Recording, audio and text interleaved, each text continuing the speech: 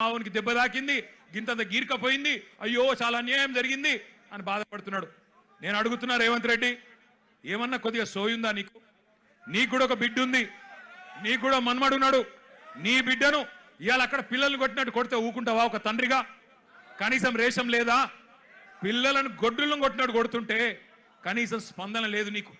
ఢిల్లీ దాకా పోయి మరి మీ నాయకుడితో కూర్చునే ధైర్యం కూడా లేదు నీకు. ఇంకా మీదికెళ్ళి మోడీ గారిని, ధర్మేంద్ర ప్రధాన్ గారిని ఇవాళ ప్రధానంగా యువత డిమాండ్ చేస్తున్నది. జవాబు చెప్పండి అని చెప్పి మోడీ గారిని, ధర్మేంద్ర ప్రధాన్ గారిని అడుగుతుంటే మన చోటాబాయ్ ఈయనేం అడుగుతుండేరికేనా, కేసీఆర్ కేటీఆర్ తప్పటిదంతా. ఎక్కడ దొరికినవయ్యా నువ్వు? నాకు అర్థం కాదు. దేశమంతనేమో మీ నాయకుడు రాహుల్ గాంధీతో సహా మోడీ, ధర్మేంద్ర ప్రధాని ఇద్దరు రాజీనామా చేయాలని వాళ్ళు పెడుతుంటే నీకు కేసీఆర్ తప్ప ఇంకొకరు కళలు కూడా ఇంకొకరు యాదికి రాక మానరిగా నీకు. ఆ వెనకటికి ఒక సినిమా ఉంటుంది, ఆ సినిమాలు ఇంతకుముందు వచ్చేటప్పుడే మా అన్న ప్రశాంత్ రెడ్డి అని చెప్తున్నాడు. అదేంటది? కుక్క కథ కదా. చిన్న పిల్లగాడు కూడా ఉంటాడు, వాని ఏం అడిగినా లాస్ట్కి ఏమంటే నాకు కుక్క కావాలి అంటాడు. అట్లా ఈయన కూడా అంతే. ఇక ఆయన నిద్రలో లేపు, ఈ ముఖ్యమంత్రిని నిద్రలో లేపు. అదో సినిమా పేరట, చిత్రం అట. అది చిత్రం, వీడు విచిత్రం. అంటే నిద్రలో లేపి అడిగితే కూడా కేసీఆర్ కేసీఆర్ కేసీఆర్. అరే నువ్వు ముఖ్యమంత్రి వీరా నాయన, కొన్ని ముఖ్యమైన పనులు చేయి. సిగ్గులేని మాటలు మాట్లాడుతున్నాడు. అదేదో పేపర్ లీక్కు నాకు సంబంధం అంట. మోకాల్కు బోడిగుండుకు ముడిపెట్టుడంటే ఇదే. నేను చెప్పిన, అయ్యా రేవంత్ రెడ్డి, నీకేమన్నా సిగ్గు శరం ఉంటే నువ్వు చెప్పిన లేదా? లేనోనికి ఏం చెప్తామంటారా? అంటే బాధ ఎక్కడ అనిపిస్తుందంటే, నేను నిన్న లీగల్ నోటీస్ పంపించిన. ఒరే నువ్వేదో మాట్లాడినావు, నిజంగా నీ దగ్గర ఏమన్నా రుజువు ఉంటే చూపెట్టరా అయ్యా. చూపెడితే నిజంగా రుజువు చేస్తే ఇదే ఇందిరా పార్క్ కాడ ఇగో ఇదే పిల్లల మధ్యన అవసరమైతే నన్ను ఉరిది కానీ ఇష్టం వచ్చినట్టు మాట్లాడి ఆ పిల్లల మనసులు మలినం చేయకు. లేనిపోని బదనాములు పెట్టి రాజకీయంగా సలిమంటలు కాచుకునే ప్రయత్నం చేయకు. నీకు చేత కాదు, దమ్ము లేదు. ఢిల్లీకి పోయి మోడీని ఎదిరించే దమ్ము నీకు లేదు. ఎందుకు? నీకు భయం.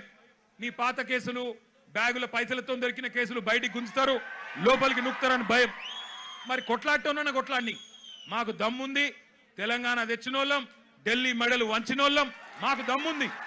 అవసరమైతే ఢిల్లీకి పోయి గల్లా బట్టి అడిగే దమ్ము మాకుంది, నీకు లేదు. మరి కొట్లాడేటోళ్ళ కాళ్ళ కట్టెబెట్టి లేనిపోని మాటలు మాట్లాడి పిల్లల నెత్తులు ఖరాబ్ చేస్తున్నావు. నేను ఒకటే అంటా ఉన్నా, చాలా మంది తమ్ముళ్ళు అడిగినారు నన్ను, అన్నా మీరు ఢిల్లీకి పోవచ్చు కదా, జంతర్ మంతర్కి పోవచ్చు కదా, ఇక్కడ ఎందుకు అన్నారు. నేను వాళ్ళకు ఒకటే చెప్పిన, మేము జంతర్ మంతర్కి పోయి మా జెండాలు పట్టుకొని మీ ఎజెండాను హైజాక్ చేసడం కరెక్ట్ కాదు. మీరు కరెక్ట్ కొట్లాడుతున్నారు. ఏ నాయకుడు, ఏ పార్టీ వచ్చి మీకు వాళ్ళ ఎజెండాను మీ మీద రుద్ది రాజకీయ ప్రయోజనం పొందే అవకాశం మీరు ఇవ్వకండి. మీరు ఇండిపెండెంట్ గానే కొట్లాడండి. మీకు ఎక్కడోళ్ళం అక్కడ, మీకేం కావాలో చెప్పండి, పక్కకుండి మేము సహాయం అందిస్తాం. మీకు అవసరం పడితే కేసులు అయితే కొట్లాడతాం, ఎక్కడి దాకంటే అక్కడ కొట్లాడతాం, పార్లమెంట్లో కొట్లాడతాం, అసెంబ్లీలో కొట్లాడతాం, శాసన మండలిలో కొట్లాడతాం.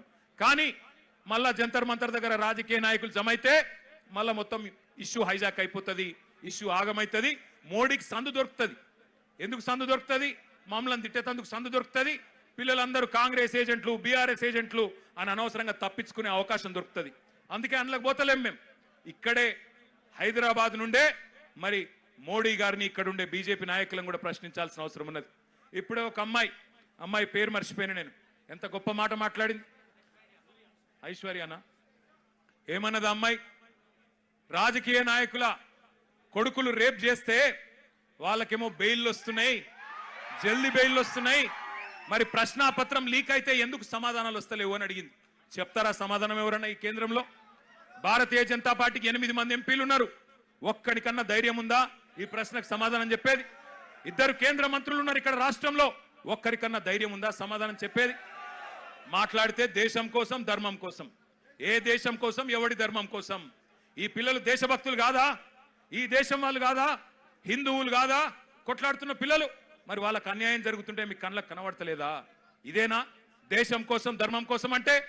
అందుకే అడగాల్సిన అవసరం ఉన్నది, నిలదీయాల్సిన అవసరం ఉన్నది, ప్రశ్నించాల్సిన అవసరం ఉన్నది, గల్లా వట్టి బజార్లకు గుంజాల్సిన అవసరం కూడా భవిష్యత్తులో వస్తుంది. తప్పకుండా వెనుకకు తగ్గకుండా పోరాటం చేయవలసిన బాధ్యత మన మీదనే ఉన్నది. మీ అందరికీ పిల్లలందరికీ కూడా నేను చెప్పేది ఒకటే, కేసీఆర్ గారు 2001లో పార్టీ పెట్టినప్పుడు తెలంగాణ తెస్తా నేను అని చెప్పినప్పుడు ఎవరు నమ్మలేదు, ఎవరు విశ్వసించలేదు. ఈ బక్కపల్సన్ ఆయనతో ఏమైతుంది, ఈయనతో ఏమైతుంది అన్నారు.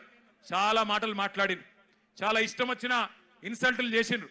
మీతో ఏం కాదన్నారు. మగల ఉట్టింది పుబ్బల పోతుంది, ఈయన గాలికి ఊపితే ఎగిరిపోతాడు, ఈయనతో ఏమైతుంది అన్నారు. కానీ కేసీఆర్ గారు అందుకే మనలో ఆత్మవిశ్వాసం నింపడానికి ఆయన ఒక పాట కూడా రాసిండు స్వయంగా. ఏం రాసిండు అందులో? సిపాయిల తిరుగుబాటు విఫలమయ్యిందని, సిపాయిల తిరుగుబాటు విఫలమయ్యిందని అనుకుంటే వచ్చేదా దేశానికి స్వాతంత్రం, రాజీలేని పోరాటమే విజయం సాధిస్తుంది, ముమ్మాటికి తెలంగాణ రాష్ట్రం వచ్చి తీరుతుంది. ఇది కేసీఆర్ రాసిన పాట. 14 ఏళ్లు సావుకు భయపడకుండా, కేసులకు భయపడకుండా ఎట్లా ప్రజాస్వామ్యబద్ధంగా పోరాటం చేయాలో ఎక్కడికో పోయి నేర్చుకోవాల్సిన అవసరం లేదు. మన నాయకుడు కేసీఆర్ గారు ఆయన చేసిన పోరాటం మీ కళ్ళ ముంగట్నే ఉన్నది. సావు నోట్లో తలబెట్టి తెలంగాణ తెచ్చి ఢిల్లీ మెడలు వంచి 2 ఎంపీలున్నా ఢిల్లీ మెడలు వంచిన నాయకుడు మనకు ఆదర్శంగా మన కళ్ళ ముంగట్నే ఉన్నాడు. కాబట్టి మనకు ఎవరో ప్రేరణ అవసరం లేదు, ఎవరో మనకు స్ఫూర్తినివ్వాల్సిన అవసరం లేదు. మన నాయకుడు కేసీఆర్ గారే మనకు స్ఫూర్తి. రాష్ట్రాన్ని తెచ్చిన తెలంగాణ తండ్రి కేసీఆర్ గారే మనందరికీ స్ఫూర్తి ప్రదాత. నేను పిల్లల్ని కోరేది ఒకటే, మీ కండగా అవసరమైతే నాకు విశ్వాసం ఉంది. ఎందుకంటే కేసీఆర్ గారు కూడా తల్లడిల్లిపోతా ఉన్నారు. కేసీఆర్ గారు కూడా తల్లడిల్లిపోతా ఉన్నారు మీ ఆందోళన చూస్తున్నాడు. ఆయన ఏం చూడకలేడు. సోషల్ మీడియాలో మీ మాట్లాడుతున్న మాటలు, మీరు ఒక్కొక్కరు చెప్తున్న ఆవేదన, మీరు ఏ రకంగా చేస్తున్న నిరసనలు, ఇవన్నీ కేసీఆర్ గారు చూస్తూనే ఉన్నారు. అందుకే అవసరమైతే కేసీఆర్ గారు కూడా తప్పకుండా మీకోసం, మీ భవిష్యత్తు కోసం గతంలోనే చెప్పినట్టుగా ఆయన కూడా he will rise to the occasion. ఆయన కేసీఆర్ గారు ఈ రోజు కాదు, కరోనా టైంలోనే చెప్పిండు, ఇండియా రియాక్ట్స్. కేసీఆర్ చెప్పిన మాట ఇవాళ మీకు ఒక తీరుగా అనిపిస్తుండొచ్చు, కానీ India will react. India has that ability to react. పిల్లలు భారతదేశ భవిష్యత్ నిర్మాతలు, వాళ్ళే ఈ దేశాన్ని కాపాడుకుంటారు, వాళ్ళే ఈ దేశ ముఖ చిత్రాన్ని మారుస్తారు. తమ భవిష్యత్తు కోసం అవసరమైతే ఎంత దాకన్నా పోతారు. India has that ability to react, India has that ability to respond అనే మాట కేసీఆర్ గారు 6 ఏళ్ల కిందట చెప్పిండ్రు. సంవత్సరం కిందట నేను కూడా పోయినా ఒక బొంబాయిలో ఒక ఈవెంట్, ఒక మీడియా ఈవెంట్. అక్కడ మీడియా వాళ్ళు అడిగిరు నన్ను, నేపాల్లో జరుగుతుంది కదా, జెన్జీ ఉద్యమం జరుగుతుంది కదా, భవిష్యత్తులో భారతదేశంలో కూడా జరిగే అవకాశం ఉందా అని అడిగాను. నేను చెప్పిన ఎస్, భారతదేశంలో పిల్లల ఆకాంక్షలు నెరవేరకపోతే, వాళ్ళ ఇష్యూస్ అడ్రస్ చేయకపోతే, వాళ్ళ ఆవేదన అర్థం చేసుకోకపోతే, వాళ్ళకిచ్చిన హామీలు నెరవేరకపోతే ఇక్కడ కూడా తిరుగుబాటు వస్తుంది అని చెప్పిన. చెబితే అప్పుడు నవ్విండ్రు, వీనికేం తెలియదు అన్నారు. కానీ ఇలా చూస్తున్నారు కదా, సంవత్సరం తిరగకుండానే నాయకుడు లేడు, నాయకత్వం లేదు, రాజకీయ ఎజెండా లేదు. కానీ వేల సంఖ్యలో ఇవాళ కాక్రోచ్ల మాదిరిగా భారతదేశం అంతా కదిలి కాక్రోచ్ అని ఇన్సల్ట్ చేస్తే ఇలా అవే కాక్రోచ్లు ఢిల్లీ మీద దండయాత్ర చేస్తా ఉన్నాయి. వాళ్ళకి రాజకీయం లేదు, వాళ్ళు కోరుతున్నది ఒకటే, ప్రధానమంత్రి ప్రశ్నలకు సమాధానం చెప్పాలి. మొదలు ఏమన్నారు వాళ్ళు? ధర్మేంద్ర ప్రధాన్ రాజీనామా చేయాలి అన్నారు. ప్రధాన్ జీ ఇస్తిఫా దో అన్నారు. ఇవాళ ఏమంటున్నారు? ప్రధాని అప్నా మూఖోలో అంటున్నారు. ప్రధానమంత్రి నువ్వు నోరు తెరువు, నువ్వు మాట్లాడు, నువ్వు ఎందుకు చెప్పవని అడుగుతున్నారు. పిల్లలు సూటిగా అడుగుతున్నారు, ప్రధానమంత్రి గారు परीक्षा पे चर्चा करने वाले प्रधानमंत्री जी परीक्षा लीक पे क्यों नहीं चर्चा करते हो? परीक्षा लीक మీద ఎందుకు మాట్లాడవు? పరీక్ష మీద చర్చ అంటావు, పరీక్ష పై చర్చ అంటావు, పరీక్ష లీక్ల మీద ఎందుకు మాట్లాడవు అని ప్రశ్నిస్తా ఉన్నారు. అట్లాగే ఈ పిల్లలు అడుగుతున్నారు, ప్రధానమంత్రి గారు విశ్వగురువు, నువ్వు విశ్వగురువు కదా, మరి ఎందుకు నోరు విప్పుతలేవు, ఎందుకు మాట్లాడతలేవు అని అడుగుతున్నారు. పిల్లలు అడుగుతుంటే గర్జిస్తుంటే గర్వంగా అనిపిస్తున్నది. ఏమంటున్నారు? మీరు యుద్ధమే ఆపినా అన్నారు కదా, రష్యా యుక్రెయిన్ యుద్ధమే ఆపినోనివి పిల్లల కన్నీళ్ళు ఆపలేవా, పిల్లల మీద జరుగుతున్న దాడులు ఆపలేవా ఢిల్లీలో అని అడుగుతున్నారు. సమాధానం చెప్పే సత్తా ఉందా కేంద్ర ప్రభుత్వానికి? సమాధానం చెప్పే ధైర్యం ఉందా ఈ నాయకత్వానికి నేను అడుగుతా ఉన్నా. ఇవాళ నోటికొచ్చినట్టు మాట్లాడడం కాదు, పిల్లల మీద బ్రాండేసి బదనాం చేయడం కాదు. ఒకడు అర్బన్ నక్సలైట్ అంటాడు, ఒకడు దేశద్రోహి అంటాడు, ఒకడు ఇంకేదో అంటాడు. మాట్లాడితే గొంతు విప్పితే మీకు వ్యతిరేకంగా గలం విప్పితే ఇవాళ ఇష్టం వచ్చినట్టు గొంతు నొక్కే ప్రయత్నం చేస్తా ఉన్నారు. నాకు ఇంకా అన్నిటికన్నా గొప్పగా అనిపించింది, మీకు చెప్తా. ఎంత బాగా అనిపించిందంటే, నాకు మీకు మద్దతుగా ఏ రాజకీయ పార్టీ రాలే 25 రోజులు. మీకు మద్దతుగా ఏ మీడియా రాలే.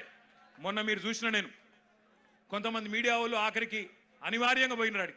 పోతే పిల్లలు అడుగుతున్నారు, ఎక్కడున్నారా 25 రోజులు మీరు, ఎందుకు రాలే, ఎందుకు మా ఆవేదన చూపెట్టలే అని మీడియాను కూడా ఇలా గల్లా బట్టి నీళ్ళ తీసే పరిస్థితి వచ్చింది అనే మాట కూడా నేను విజ్ఞప్తి చేస్తా ఉన్నా.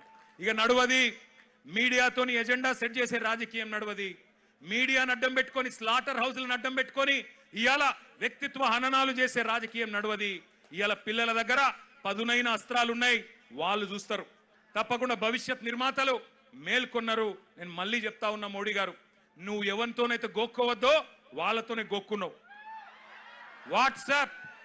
వాట్సాప్ యూనివర్సిటీ విద్యార్థులు ఇన్స్టాగ్రామ్ జనరేషన్ తో పంచాయతీ పడ్డది వాళ్ళ.